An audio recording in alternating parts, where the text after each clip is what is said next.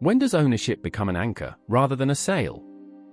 We often cling to the minutiae of what is ours, a tiny fraction of a greater whole, forgetting that the true value lies not in possession, but in purpose. Is the right to a shadow truly worth sacrificing the warmth of the sun itself?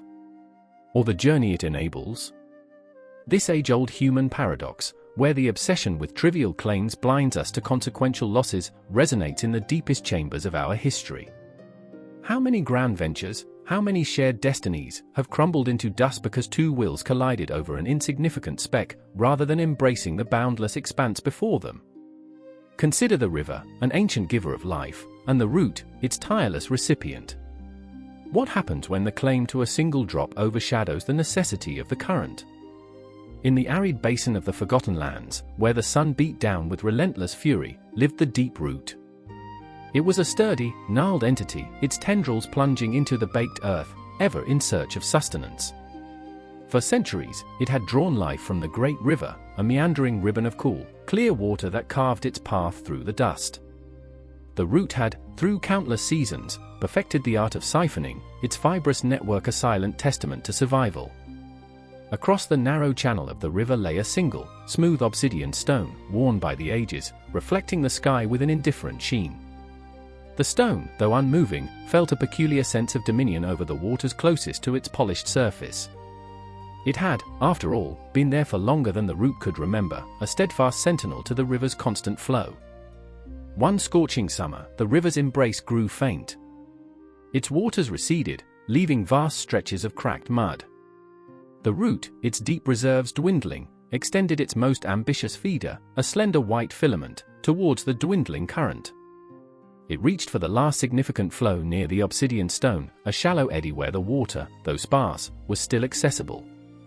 The stone, witnessing this encroaching filament, stirred with a deep-seated possessiveness. This current, it rumbled, its voice a low vibration against the riverbed, is within my domain. It is mine to reflect, mine to observe. The root, weakened but persistent, replied, its voice a rustle of dry leaves, the water is for life.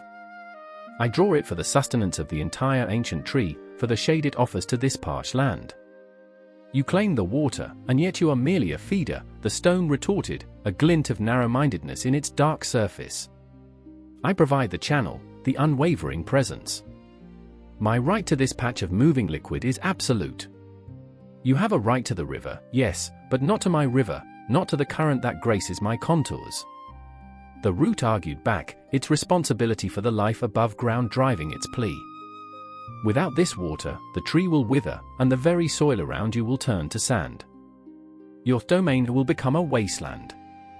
Their dispute escalated. The stone, firm in its conviction of territorial claim, began to subtly shift, its immense weight subtly altering the riverbed, attempting to divert the last precious trickle away from the root's reach.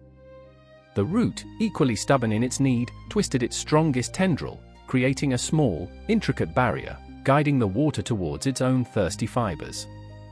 Days turned into weeks. The sun, unwavering, continued its assault. The river, disturbed by their squabble, its flow already weakened by the drought, found its path increasingly obstructed by the stone's repositioning and the root's desperate defenses. Eventually, the constant friction, the displacement of pebbles, and the desperate struggle for a dwindling resource caused a fundamental change. The river, unable to flow freely, its path choked by the very entities fighting over its essence, changed course. With a final, agonizing gurgle, it veered away, seeking a new, unimpeded channel miles to the west.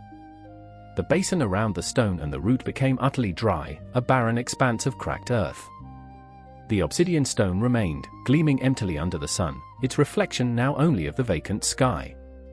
The deep root, its lifeline severed, slowly withered, its purpose unfulfilled, its once mighty tree a skeletal monument to a petty, ultimately self-defeating squabble. Both had lost the very thing they fought over, precisely because they fought over it. This echoes a fundamental human flaw, our tendency to sacrifice the greater good for the sake of petty disputes over ownership or rights. Like the stone and the root, we often become so fixated on a narrow interpretation of what is ours, a piece of land, an idea, a perceived slight, that we fail to see the interconnectedness of our existence. Our narrow-mindedness, coupled with a lack of responsibility towards the broader ecosystem of our relationships or communities, leads to a tragic dismantling of the very foundations we rely upon. The river, representing shared resources or collective well-being, is not an infinite supply to be selfishly hoarded or contested without consequence. The lesson endures: when we prioritize individual claims over collective survival, the resource itself, the source of life or opportunity, often vanishes for all. Thus, Filiarium reminds us, the true measure of wisdom is not in claiming a single drop, but in understanding the vast, interconnected flow. For when the river is lost, what remains for the stone or the root?